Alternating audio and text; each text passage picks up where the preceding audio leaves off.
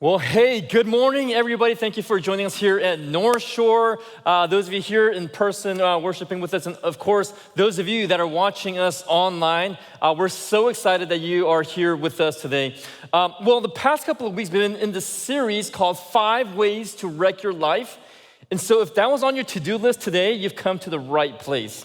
All right. Of course, I'm only kidding. Okay, we can chuckle a little bit. But hey, what we have been talking about the past couple of weeks is just different variety of topics that we experience in life that could, if not handled well, that could be completely regretful for us or completely catastrophic. And so we thought about, okay, what are some things that we do in our lives to wreck our lives? And so today, what we're talking about is something that I feel is quite relevant to all of us, no matter how old we are, and that is the topic of the toxicity of comparison. Yeah, the toxicity of comparisons. Like, how many of us, anybody here compare yourself to anybody? Yeah. Honestly, for me, like every time I see Jonathan Wolfgang, I get beard envy, all right? Like what you saw from him a minute ago, that was his 5 o'clock shadow. He said he shaved last night. This is my fully grown Asian man beard that I've been growing since I was 13. See, comparison is something that we can't just can't quit. We just keep doing it again and again. In fact, studies have shown that 10% of our daily thoughts is involved in making comparisons with other people. That's almost 2.5 hours of our daily lives thinking about comparisons, another person. When I was younger, I had always compared myself to my younger sister. Despite the fact that I was 2 years older than her, she was always taller than me. And that drove me nuts. And I remember one of the Korean customs is that whenever a guest came into our house and stayed with us for a little bit, they would stay with us, and on their way out, on the day that they were leaving, they would give my sister and I money, which was a good thing until I realized that they gave her $20 and they gave me $10 because they thought I was younger. And that just drove me crazy. And I got so fed up and I told her, hey, listen, okay, the next time someone comes, I want you to slouch. And every time you slouch, I will give you 10 cents. She became filthy rich. And today, I am proud to say that I have 4 inches on her. Thank you. But here's the thing, is that when we compare, we never win. That's the thing about comparisons, and it doesn't matter who you're comparing. I mean, you compare yourself and you are always going to win. So here's what I want to ask you to do. Turn to 3 people around you and tell them that you will never win. Go ahead and do that.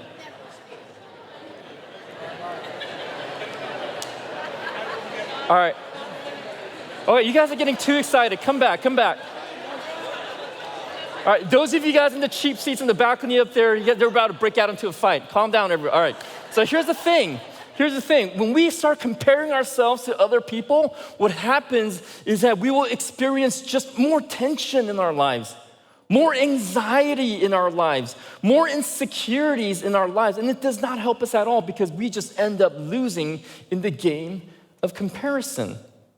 In fact, in this series, we've been going through the book of Proverbs, and Proverbs 14, verse 30 says this: a heart at peace gives life to the body, but envy rots the bones.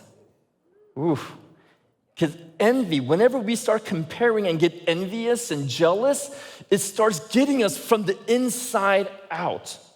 The author of Proverbs continues, and it will say also in chapter 4, it says, above all else, guard your heart, for everything you do flows from it. Why the heart? Because comparison is not just a stuff issue, it's a heart issue, right? It's a heart issue. And so we start looking at everything that people have and we start measuring all that stuff that they have and all the stuff I don't have. If you own a home in Seattle, you've kind of experienced something the past couple of years. You probably really enjoyed the appreciation of your homes, right, in the past couple years. And because of that, I've secretly been like, you know what, I really want to upgrade my house. I have 3 kids. I have an overweight dog. I need a bigger house. And so I'm kind of like looking on Reddit and seeing what's out there and things like that. And I came across actually a house, unfortunately, in the Bay Area. But I want to show you, this is my dream house. I want to show you my dream house. Look at this. Isn't this just absolutely beautiful? Like, this is a dining room, folks, with that view. And I told God, I said, God, if you give me a house like this, I promise I will invite every one of you guys to dinner and feed you some Korean barbecue. Okay? Yeah, come on. You got to pray that up, all right? And so I was like, hey, God, just hook me up with a house like that. I mean, look at the next picture. This is a view when you first walk into the house, right? You get this magnificent view of the bay. Now, whoo, man, that living room is just spectacular. And I told God, I was like, God, if you give me a house like that, just imagine the life group meetings that we'll have. Imagine the conversations about you. Like, imagine the life change that will happen in this living room. So come on, God. And I had to convince my wife too, because, she's a part of this. And I told her, hey, listen, this could be your bathtub. I'm gonna sit you in that bathtub. You can stay there all you want, relax, enjoy the view, because here's what I'll be doing. I'll be in the kitchen doing the dishes, enjoying this view. And she's like, game on, right? Let's keep praying. And then here's another one after this. Woo. Backyard view. You got your pool. You got the view of the bay. And I was just like, man, when you guys come over, bring your swimsuits, because we're gonna be taking a dip. In fact, someone from our previous service was like, imagine the baptisms that can happen there. I was like, yeah, see, we're kind of all on the same track here. God, come on, keep up, And so we're just kind of waiting for this. So we're gonna pray for this house right now. Just kidding. But here's the thing. When we see something like this, we start getting envious, and we start comparing our lives, comparing the things that we have with other people. Like, did you see that house that they have? Wow, be better than ours. Did you see the kind of cars that they have? Sheesh. Do you see how smart their kids are, right? Did you see the title, their job title? Like, it's like on the business card. Like, and I realized the harder it is to understand their titles, and they have people that have titles that you don't understand, the cooler they are. And then you guys are like, what's a password multiplication? You wouldn't know, right? You would never know. And then you're thinking, man, just imagine how much money they're making, like the colleges that they go to, like, look at their LinkedIn. Like, no, actually don't look at their LinkedIn, because it's just gonna show how much more accomplished they are than you. So don't do that, right? Look at the vacations that they go on, right? Look at the kind of clothes they wear. Look at how skinny they are. Look how great they look. And we start comparing, and I can do this all day. Y'all know that, right? We can sit here all day and do this, all the while, what?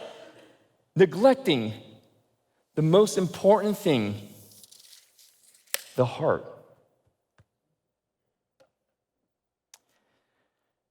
How many of us spend a lot of time on social media? Don't worry, I'm not gonna shame you, not until I get home, all right? I spend a lot of time on social media. I just really like, watching what people are up to, what your families are doing, what you're doing with your friends and things like that. All the cool places that you went without inviting me. I mean, I just love looking at all those things. And, we enjoy social media, but here's the thing that this was a tool that would help us stay connected with people, but this is what it's become. It's become less about staying connected with the people we love, but more about competing with the people we resent. And you're looking at all the stuff that they have, and you're just like, you just get a little bit more angry and more upset because all this stuff that they're doing and that they have, I don't have and I'm not doing. Best way to wreck your life is to start comparing your life to everyone else, because it will certainly keep you from living your life. Many of us know the story of Goliath, David and Goliath. David slays that giant. Cool story. But here's what I want to do is I want to actually look at the behind the scenes of what was going on before David slays this giant. So David in his early years, before he became king, before he slayed Goliath, everyone around him was actually comparing him to someone else. But I really love his responses because I think we can learn something from it. And during this time, what was happening was the Israelites, who David was a part of, and the Philistines that were about to square off and go into battle. But the giant, Goliath, has an idea. Instead of a full-fledged battle where we're killing everybody, let's just do this. A one-on-one battle. You pick one person from your squad there and come against me. And so whoever wins, the entire nation will fall under that person, that one. And, which was kind of a decent idea because there's only one person that's going to die that way. The only thing is that when they looked at Goliath, they just felt like they were no match for him. In fact, this is how 1 Samuel, we're going to be in 1 Samuel chapter 17. This is how 1 Samuel describes Goliath. And it says, a champion named Goliath, who's from Gath, came out of the Philistine camp.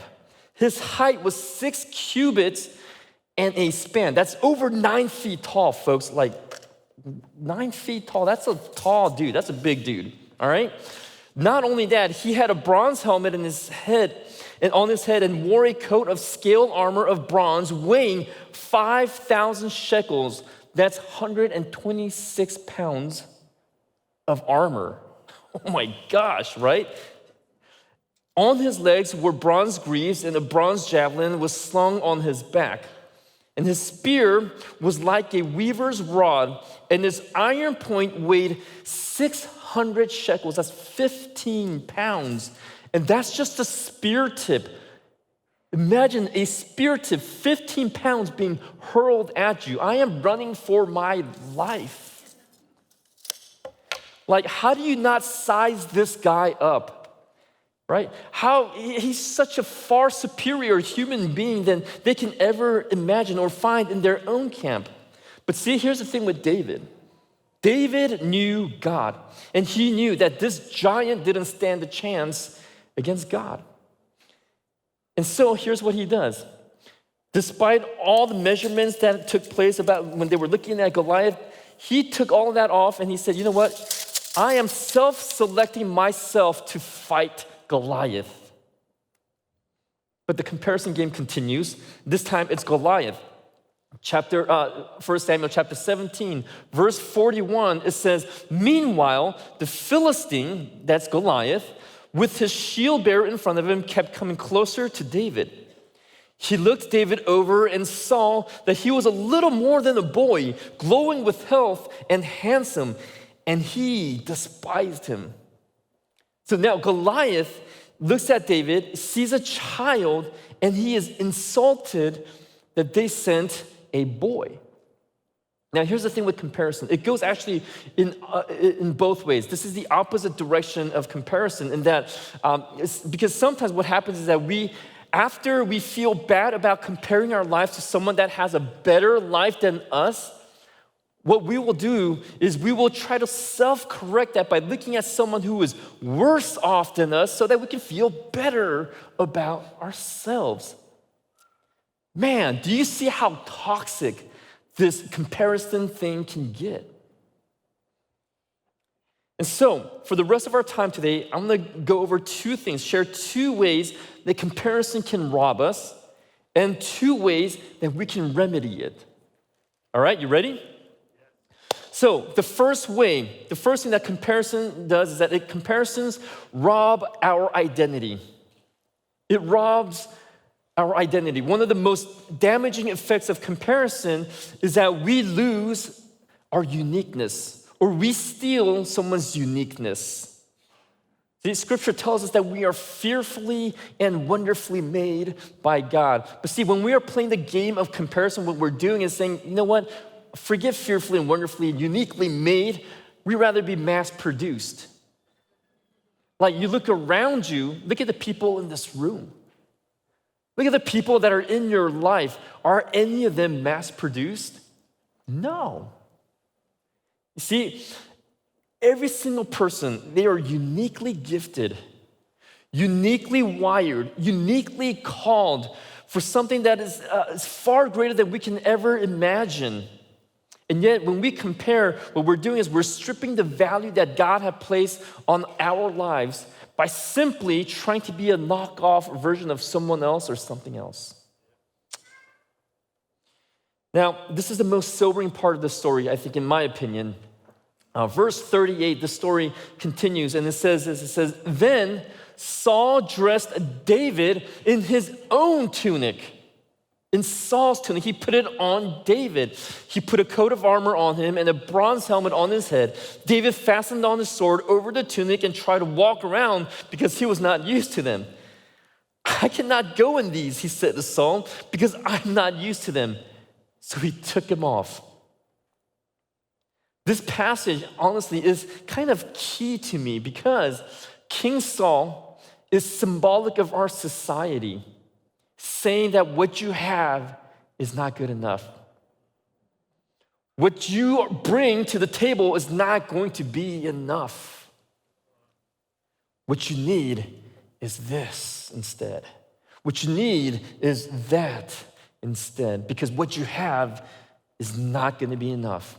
And so we go on living our lives believing that statement, wearing someone else's clothes, something that we were never meant to wear, being someone we were never meant to be, doing something we were never meant to do.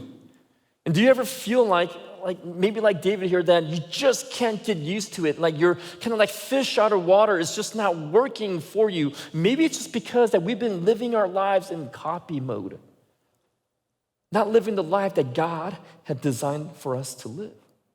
And in the process of chasing what other people have, we end up losing who we are.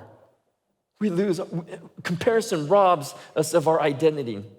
And so we look at what everyone else has achieved, and we think, if we achieve what they've achieved, then I will be loved just like them. But the problem is that when we pursue the wrong thing, achieving it won't solve any problems. We will never be content if we are achieving something that we were never meant to achieve. In fact, it'll just cause more grief, more dissatisfaction, more emptiness, more depression.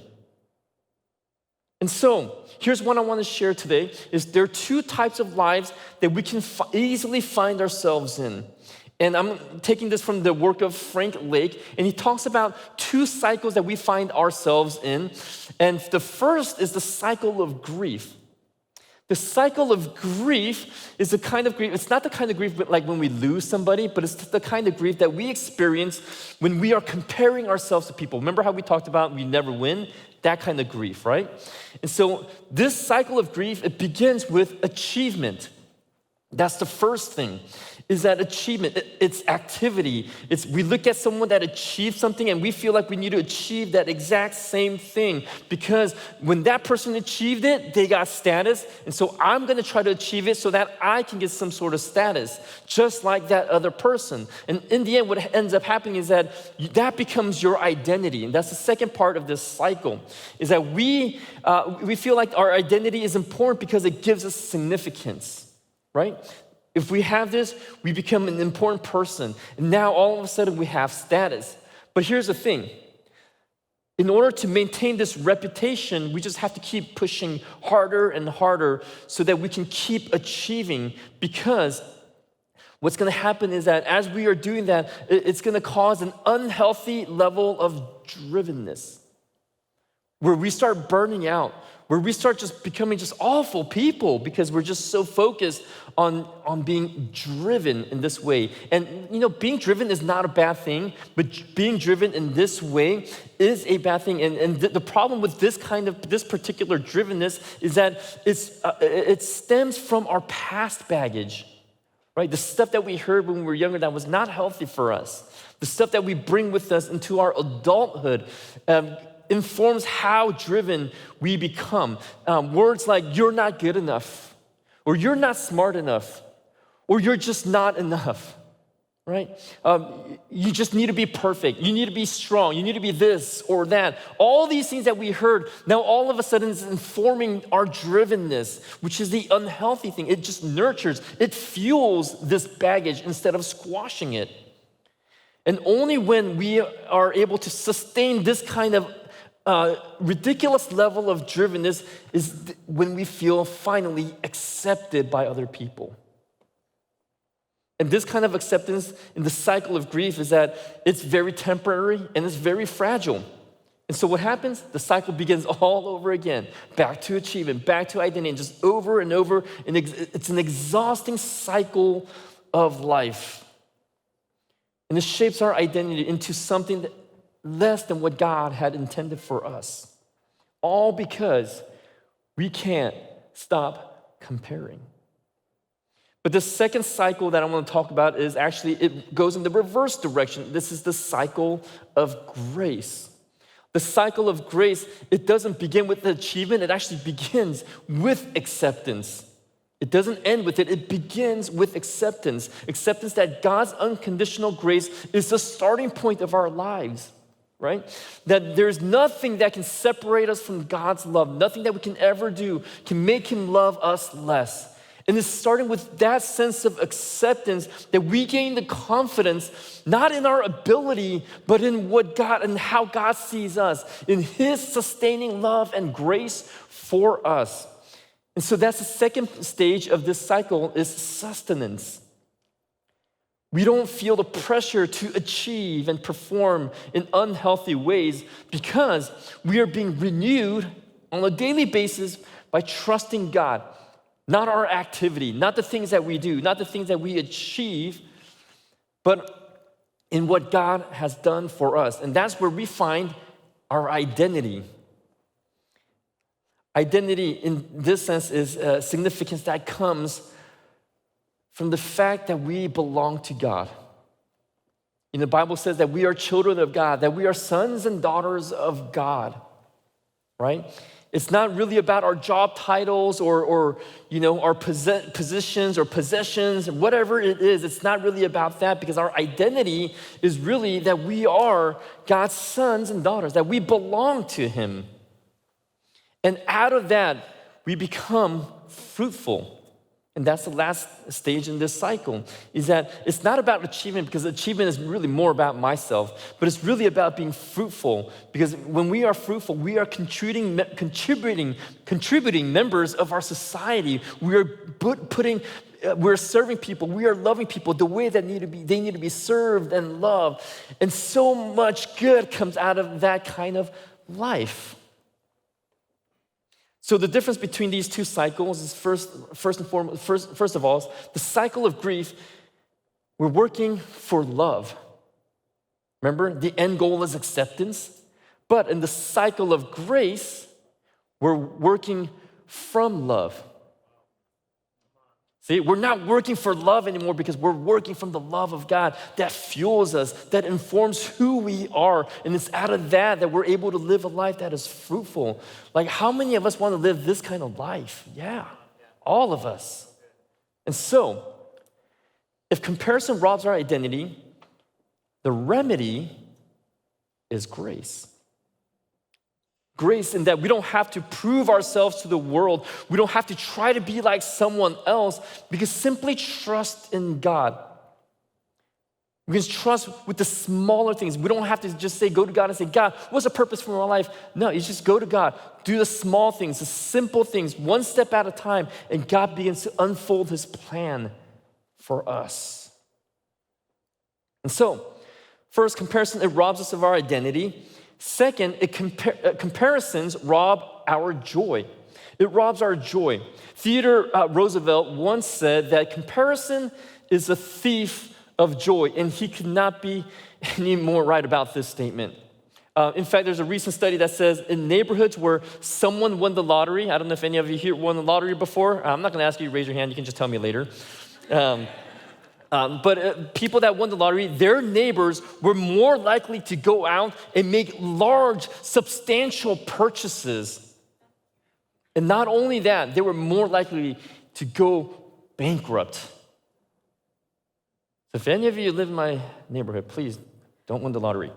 But that's interesting though, isn't it? Like, these bankruptcies were 100% avoidable, but because they won the lottery and they got all this stuff, all of a sudden, all the neighbors are feeling like, oh my gosh, I need an RV too. Oh, I need that too. I need this and I need that. I need what they have. And all of a sudden, you're in this financial mess. Several years ago, I found myself in this really unfamiliar place that I couldn't explain or put to words. And at that point in my life, I had been pastor for about 15 years, and I've seen some great things along the way, but that particular year was a very different year.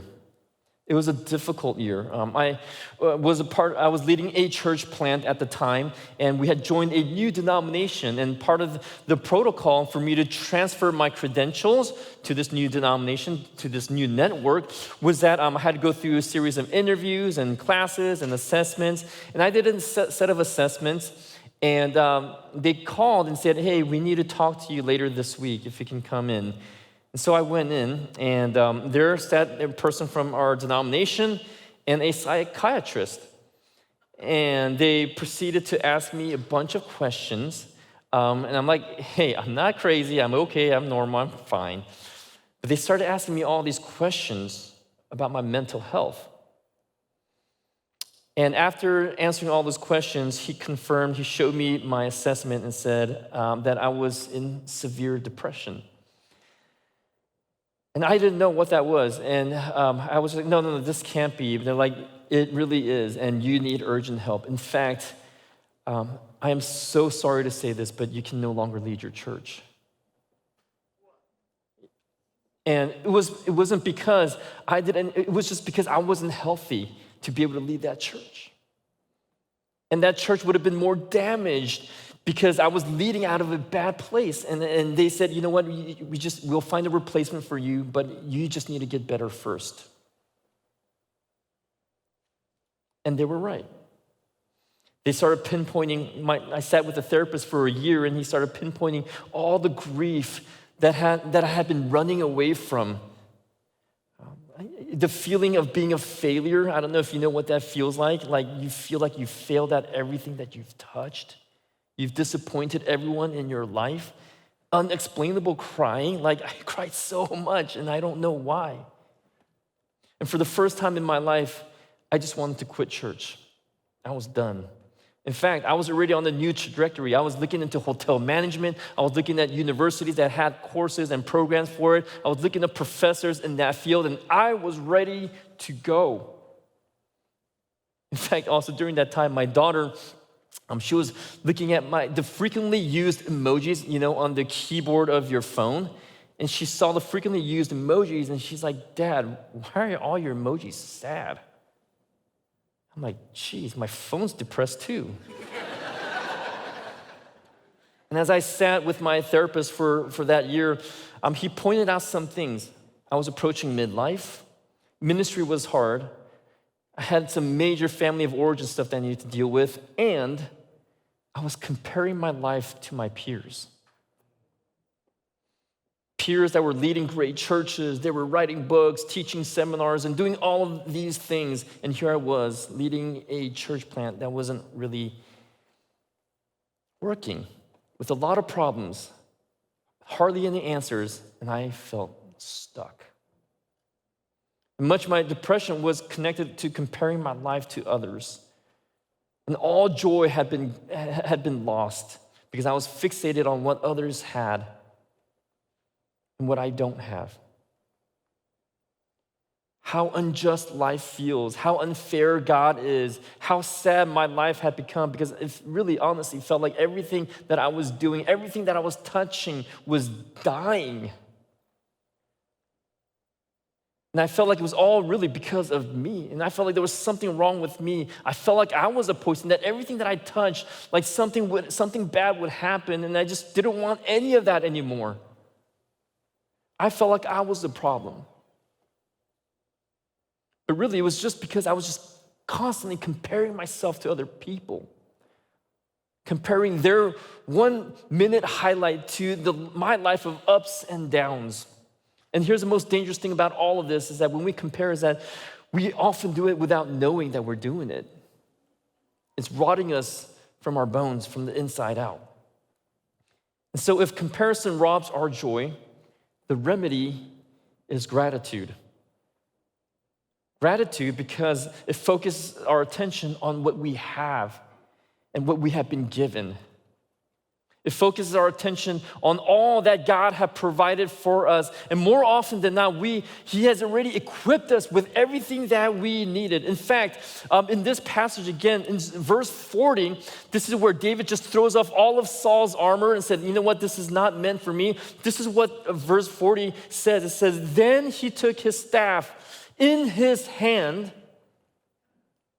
chose 5 smooth stones from the stream, put them in the pouch of his shepherd bag, and with his sling in his hand approached the Philistine, and the rest is history.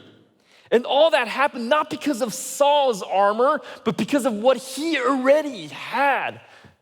With what God had already given to him, David was equipped for what he needed in that moment. And that's the same case with us. We need to choose a life of gratitude so that we can see all that God has already equipped us with, because it is more than enough. It is more than enough. And the things that he will do through us, with the things that he has given us, will far exceed all the things that we are pursuing. In fact, the picture of my dream house that I showed you a little while ago, it actually belonged to an accomplished, a beloved, esteemed actor that many of you know. His name is Robin Williams, who had it all. The fortune, the fame, loved by so many people, including myself. But sadly, in the end, he took his own life. His depression was too dark. His sickness was too painful, that not even a house by the water could save him. So stop looking at what other people have. Stop looking at what other people are doing, because we don't really even know what's going on in their lives. See, no one can save us from the emptiness that we feel sometimes. In fact, feeling that feeling of emptiness is not necessarily a bad thing, because it's a trigger that we need something more, right? Just like when we are hungry, it's a trigger to help us realize that we need food in our bodies. When we're thirsty, it's a trigger to help us to realize we need water. When we are feeling empty, it's a trigger for us to realize that we need something more of substance. We need the living water. That is Jesus being poured into our lives. That's what we need. And that's what that emptiness trigger is all about, is saying, you know what? It's not pursuing this. It's not chasing that. It's not doing what they're doing. What is God wanting me to do? What is God giving me? And it's an opportunity for us to take a moment and stop and think about that. And only Jesus can give us that. There's nothing else in this world that can give us and fulfill that. Only Jesus can fulfill that longing in our hearts. And it's not because he had fancy clothes or some cool toys or like earthly wealth or status or all these accolades. No, it wasn't even anything about that. In fact, he sacrificed everything he had so that you didn't have to. And that's where we end today, is that we come to a place where we realize our need for someone like Jesus, to someone to lead us, someone to save us from the place that we are in. And in just a moment, I'm going to give you an opportunity to make a decision to trust Jesus. Maybe it's for the first time in your life, and I don't know where you are. But I want to invite you to just ask God, could this be the moment where I finally say yes to you and nothing else? But before we get there, will you just join me in a word of prayer? God, we just want to take a moment just to say thank you for who you are. Thank you for meeting us, God, in our emptiness, in our longing, in this void that we experience in life sometimes. God, it's an opportunity for us to look for something that can actually fulfill us, God. And God, you're up there saying, I'm here, I'm the answer. God, there's so many things around us, in front of us, behind us, to the left and to the right of us that tells us this is exactly what we need. But God, we want to stop in this moment because God, as we are looking at it, God, it is really you, only you that can fulfill that void. And there might be some of us here in this room that are in that place. Maybe you're feeling a little bit empty. Maybe you're feeling this void. Maybe you're just like putting on stuff that's not you. I want to invite you to make a decision right now. A decision that will change your life because God will start filling you with so much more. And that decision is simply saying yes to Jesus. And so I want to invite all of us to just close our eyes with our heads bowed. I want to give you an opportunity right now to make that decision and to say yes. And so if that's you, can I ask you to be bold enough just to raise your hand just so that I can see it, just so that we can pray for you. Awesome, thank you. We see you. I see you back there. Thank you. Awesome. God, I just want to pray for this in this moment for my friends that just raise their hands. Again, God, wherever they are in their lives, Lord, I just want to pray that you would make yourself real to them and that you would fulfill every longing that they have, that they would trust you with their life, they would surrender their lives to you, that they cannot do this on their own. It can only come from you. We thank you for who you are. We thank you for your love and grace that comes in abundance. In Christ's name we pray. Amen.